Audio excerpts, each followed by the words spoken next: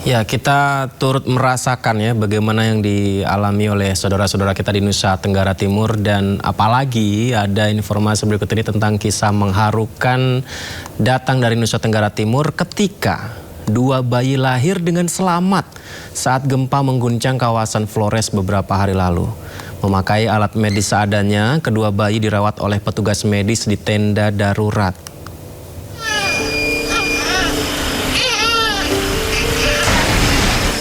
Di bawah tenda darurat, petugas medis berjibaku memberikan yang terbaik untuk merawat bayi-bayi yang lahir saat gempa mengguncang kawasan Flores beberapa hari lalu.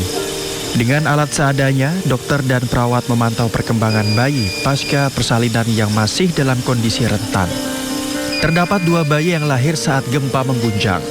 Maria Florida Nogokelen, seorang ibu hebat yang berhasil melahirkan putrinya, Gempita, melalui operasi sesar di saat gempa. Operasi sesar yang berjalan tanpa listrik memaksa tim medis menggunakan cahaya senter saat persalinan. Ada momen, memang saat yang sudah genting, ruangan sudah ambruk, semua. Saat itu sebenarnya berpikir untuk menyelamatkan diri masing-masing, tapi dokter dan perawat masih tetap setia dengan kami yang membutuhkan. Dokter kandungan Yona Sarapardede mengatakan posisi bayi sungsang membuat persalinan semakin sulit karena gempa terus berlanjut selama operasi. Ia hanya bisa berdoa dan berupaya semaksimal mungkin. Jadi di tengah-tengah operasi itu, ya gempa masih banyak tremor-tremor kan. Kita lahirin cepat-cepat, kita takut kita takut kakinya patah, tangannya patah. Kita mau lahirin kepalanya itu kita takut cedera servikal gitu, cedera leher gitu. Jadi tapi di saat itu saya cuma berdoa, Tuhan tolong gitu, Tuhan bantu saya, Tuhan tolong gitu. Ya akhirnya ya saya percaya ya, kembali lagi saya katakan gitu, ya pertolongan Tuhan itu sempurna dan luar biasa. Jadi Tuhan kasih kita ketenangan pada saat itu, dan di saat-saat kita lahirin bayi itu memang pada saat itu Tuhan jaga tidak gempa gitu. Sementara satu ibu hebat lainnya adalah Agnes Afrida yang berhasil melahirkan putrinya yang sehat. Proses persalinan yang ia jalani jauh lebih memprihatinkan. Ia melahirkan putrinya, Agustin Gempita Aurora, di dalam mobil ambulans dan dibantu bidan yang bertugas. Saat ini seluruh bayi yang lahir masih dalam penanganan khusus petugas medis dengan alat seadanya. Mereka berharap pemerintah dapat memberikan solusi tanggap untuk keberlangsungan kesehatan ibu dan bayi. Pemerintah mengirimkan bantuan bagi masyarakat terdampak bencana di Nusa Tenggara Timur. Dua posko utama disiapkan mempercepat distribusi bantuan, yakni di Labuan Bajo dan Maumere.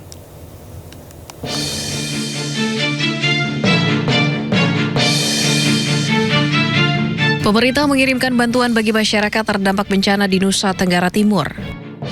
Hingga hari kelima pasca bencana, sebanyak 253 ton logistik telah diangkut menuju wilayah terdampak. Rabu dini hari 5 pesawat kembali diberangkatkan dari pangkalan TNI AU Halim Perdana Kusuma Jakarta dengan membawa total 65 ton bantuan. Logistik yang dikirim terdiri atas makanan, minuman, tenda, perlengkapan kesehatan, serta berbagai kebutuhan lain. Semua logistik tadi itu menggunakan jalur udara lewat helikopter, kemudian pesawat kasa, pesawat yang lebih kecil. Kemudian yang kedua lewat laut, ada 3 KRI TNI AL yang sudah di sana, kemudian 1 kapal rumah sakit berlabuh di sana. Kemudian juga melalui jalur darat. Laporan dari Menteri PU, seluruh jalur darat sudah dapat dilewati sejak hari kedua. Pemerintah menyiapkan 2 posko utama untuk mempercepat distribusi bantuan, yakni di Labuan Bajo dan Maumere. Dari posko Labuan Bajo, bantuan didorong menuju sejumlah wilayah, antara lain Manggarai dan Ngada. Sementara bantuan dari posko Maumere didistribusikan menuju Sika, Ende, dan Nagekeo.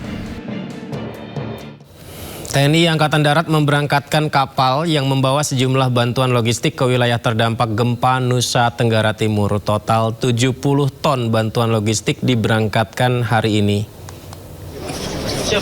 Ya, Kasat atau Kepala Staf Angkatan Darat Maruli Simanjuntak melepas keberangkatan kapal yang membawa bantuan logistik dari dermaga Markas Satuan Angkatan Perairan Pusat Pembekalan Angkutan Angkatan Darat Tanjung Priok, Jakarta. Sejumlah bantuan diantaranya 32,5 ton beras, 500 kg gula, 4.000 botol minyak goreng, 1.000 lebih mie instan, serta 1.000 dus air minum kemasan.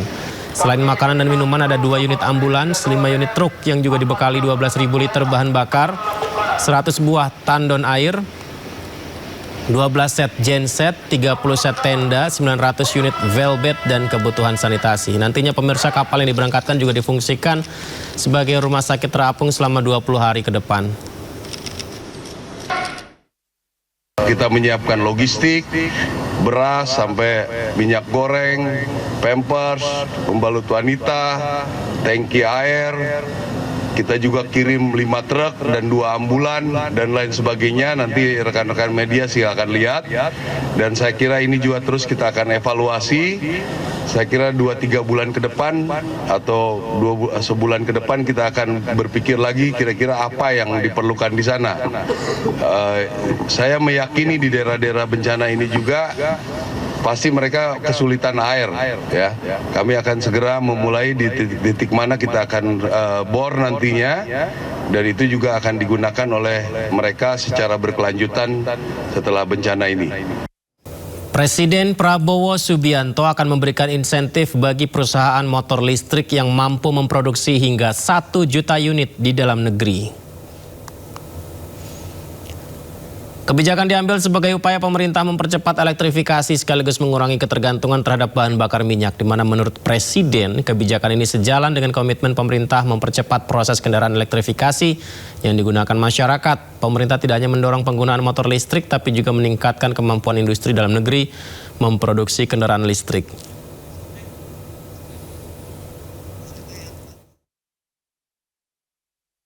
Selain itu, hari ini kita umumkan, kita akan beri insentif yang cukup besar untuk mereka yang bisa membangun 1 juta motor listrik yang diproduksi di dalam negeri oleh perusahaan Indonesia.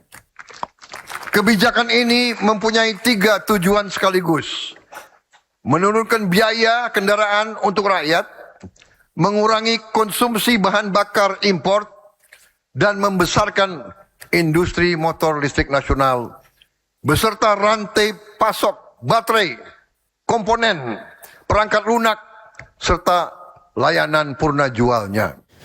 Menteri Keuangan Purbaya Yudi Sadewa menyebutkan subsidi pembelian motor listrik sebesar 5 juta rupiah bisa mulai berjalan pada September 2026. Peraturan Menteri Keuangan terkait subsidi pembelian motor listrik ini segera diterbitkan. Presiden Prabowo Subianto resmi akan memberikan insentif khusus bagi perusahaan yang mampu memproduksi hingga 1 juta unit motor listrik. Dengan syarat, perusahaan tersebut harus berasal dari Indonesia dan berproduksi di dalam negeri. Selain itu, pemerintah juga mengeluarkan 3 kebijakan utama terkait mobil listrik nasional, yakni menekan biaya kendaraan bagi masyarakat, mengurangi ketergantungan pada bahan bakar impor, serta memperbesar industri motor listrik nasional beserta rantai pasoknya, mulai dari baterai, komponen, perangkat lunak hingga layanan purna jual. Menteri Keuangan Purbaya Yudi Sadewa menyebut subsidi pembelian motor listrik sebesar 5 juta rupiah bisa mulai berjalan pada September 2026 ini. Peraturan Menteri Keuangan terkait subsidi pembelian motor listrik ini segera diterbitkan. Namun, aturan resmi yang menjadi payung hukum kebijakan tersebut masih dalam proses. Sebelumnya, Menteri Perindustrian Agus Gumiwang menyampaikan bahwa insentif motor listrik senilai 5 juta rupiah tersebut masih menunggu terbitnya peraturan Menteri Keuangan. Kebijakan insentif ini terbukti mampu mendongkrak pasar motor listrik di Indonesia. Tercatat, penjualan sepeda motor listrik naik signifikan dari 17.198 unit pada 2022 menjadi 62.409 unit pada 2023. Kemudian mencapai puncaknya pada 2024 tercatat 77.078 unit motor listrik terjual. Program Bantuan Pembelian Kendaraan Listrik Berbasis Baterai atau KBLBB Roda 2 pada periode 2023-2024 melibatkan 22 industri dengan 70 tipe atau model kendaraan. Sementara, realisasi penyaluran bantuan melonjak dari 11.532 unit pada 2023 menjadi 62.541 unit pada 2024 atau tumbuh sekitar 442%. Secara total, sebanyak 74.073 unit motor listrik telah menerima bantuan pembelian selama periode tersebut.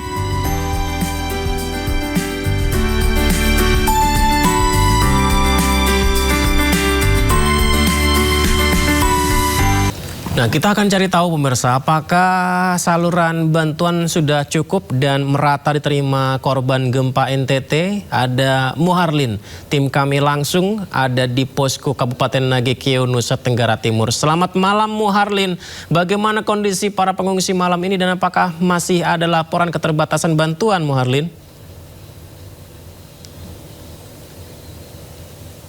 Ya baik, selamat malam Yudi dan juga pemirsa. Di tempat kami melaporkan saat ini yakni di salah satu tenda pengungsian di Kabupaten Nagekeo, Nusa Tenggara Timur, yang mana wilayah ini menjadi salah satu wilayah yang terdampak cukup parah dari gempa berkekuatan 7,7 magnitudo yang terjadi beberapa waktu lalu.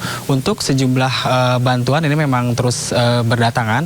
Salah satunya bantuan logistik dan juga makanan berasal dari relawan dari Dompet Duafa untuk menanyakan seputar bantuan yang sudah disalurkan dan juga diberikan kepada para pengungsi yang khususnya berada di salah satu tenda pengungsian di halaman Masjid Agung Baitur Rahman ini sendiri.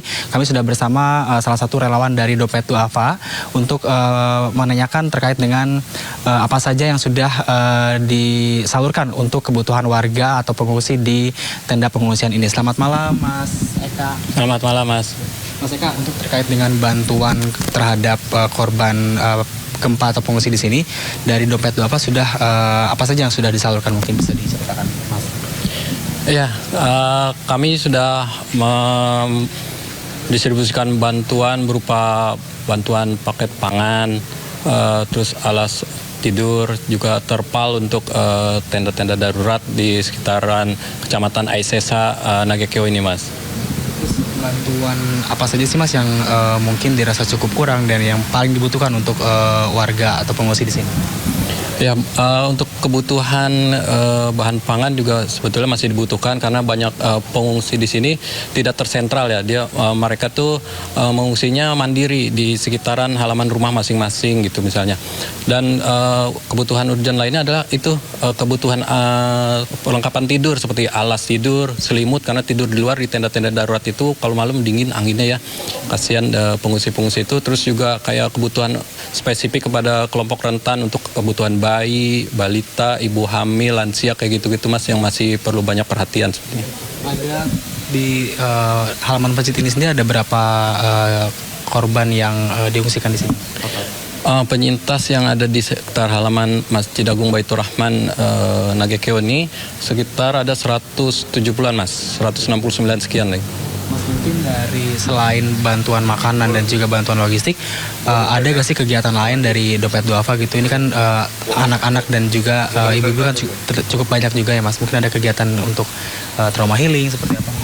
Ya betul, di beberapa titik pengungsian kita melakukan aktivitas mobile bersama teman-teman relawan lainnya, melakukan pendampingan psikososial kepada anak-anak di pengungsian, di tenda-tenda pengungsian ya, termasuk juga untuk pemberian melayanan medis di tenda-tenda pengungsian yang tersebar di berbagai titik. Terima kasih Mas Eka atas keterangannya. Selamat melanjutkan aktivitasnya kembali. Yudi dan juga pemirsa, barusan perbincangan saya dengan salah satu relawan dari Dompet Duafa yang mana untuk tadi menyampaikan kebutuhan warga terkait dengan makanan dan juga untuk kebutuhan logistik ini memang dirasa cukup-cukup. Namun ada kebutuhan-kebutuhan lain yang masih kurang begitu yang dibutuhkan oleh warga. Di antaranya untuk kebutuhan bayi seperti popok, susu, kemudian untuk kebutuhan lansia seperti alas tidur dan juga selimut, mengingat malam hari di kawasan atau di wilayah ini sendiri memang hawanya cukup dingin, jadi diperlukan alas tidur dan juga selimut untuk para pengungsi di daerah ini. Dan selain itu juga kebanyakan warga ini meminta terkait dengan keseriusan dari pemerintah untuk menangani permasalahan bencana ini, terlebih untuk pembangunan serta renovasi rumah mereka yang hancur akibat gempa yang terjadi beberapa hari lalu. Saya kembalikan ke Yudi di studio. Baik, Muharlin, apakah bisa mengeksplor situasi pengungsian di sana, Muharlin? Memperlihatkan kepada masyarakat karena banyak sekali warga yang ingin tahu kondisi terkini dan melihat langsung kondisinya di sana. Iya, baik Yudi dan juga pemirsa, di tempat atau di titik saya melaporkan saat ini, yaitu memang di Kabupaten Nagekeo ini sendiri ada sebanyak 6.220 warga yang terdampak bencana gempa bumi, yang mana untuk titik-titik pengungsian ini tersebar menjadi 70 titik. Salah satunya di titik saya melaporkan saat ini, yakni di depan halaman Masjid Agung Baitur Rahman, yang mana memang Masjid Agung Baitur Rahman ini bisa kita lihat Yudi dan juga pemirsa menjadi salah satu bangunan yang terdampak cukup parah. Terlihat dari bangunan masjid yang memang terlihat banyaknya retakan-retakan dan juga banyaknya puing-puing tembok yang roboh begitu akibat gempa yang pada saat itu memang cukup besar guncangannya, sehingga menyebabkan sejumlah bagian dari masjid ini menjadi roboh. Selain bangunan tembok, kemudian kaca-kaca juga mulai sudah terlihat roboh begitu untuk sementara. Dan untuk sementara Masjid Agung Baitur Rahman ini tidak bisa dipergunakan untuk kebutuhan ibadah sehari-hari. Dan juga selain itu ada sebanyak 160 pengungsi yang diungsikan ke halaman Masjid Baitur Rahman ini sendiri. Di sebelah kanan saya ada dua tenda yang dibangun oleh relawan. Untuk pengungsi sendiri didominasi oleh kebanyakan ibu-ibu dan juga anak-anak. Untuk selain pengungsi ini, mereka nampaknya sedang istirahat begitu, Yudi dan juga pemirsa. Kami tidak bisa mungkin mendekat atau berbincang dengan salah satu pengungsi karena hari juga mulai sudah malam, mungkin mereka kelelahan, dan kami hanya bisa menyampaikan atau memperlihatkan situasi dari pengungsi yang tadi kami sempat lihat. Mereka tengah bercengkrama begitu, mengobrol-ngobrol untuk menghabiskan waktu di tenda-tenda pengungsian. Dan selain itu Yudi dan juga pemirsa, pihak dari Dompet Duafa sendiri berencana akan merencanakan untuk kebutuhan sholat Jumat yang akan diadakan pada hari Jumat esok hari, di mana nanti pihak dari relawan telah berkoordinasi dengan pengurus masjid untuk seperti apa nanti di tenda pengungsian ini, tepatnya di depan Masjid Baitur Rahman, untuk melangsungkan ibadah sholat Jumat, yang mana memang nanti sudah disiapkan sejumlah tenda dan juga sejumlah alas untuk kebutuhan warga serta pengungsi untuk melakukan kegiatan sholat Jumat pada hari Jumat esok hari. Yudi. Tidak apa-apa Muharlin, penting juga untuk warga melihat bagaimana kondisi, bahkan masjid pun banyak mengalami keretakan, artinya terdampak dari gempa itu juga membuat bangunan roboh begitu meskipun kokoh.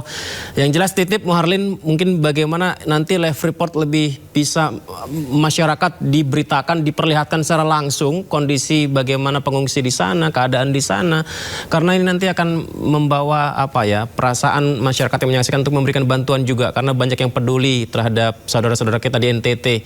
Tetap semangat dan juga terima kasih banyak ya Muharlin, sudah jauh sekali melaporkan langsung di NTT. Kami tunggu bagaimana perkembangan langsung dari sana. Jaga kesehatan juga Muharlin, selamat bertugas kembali. Selamat malam.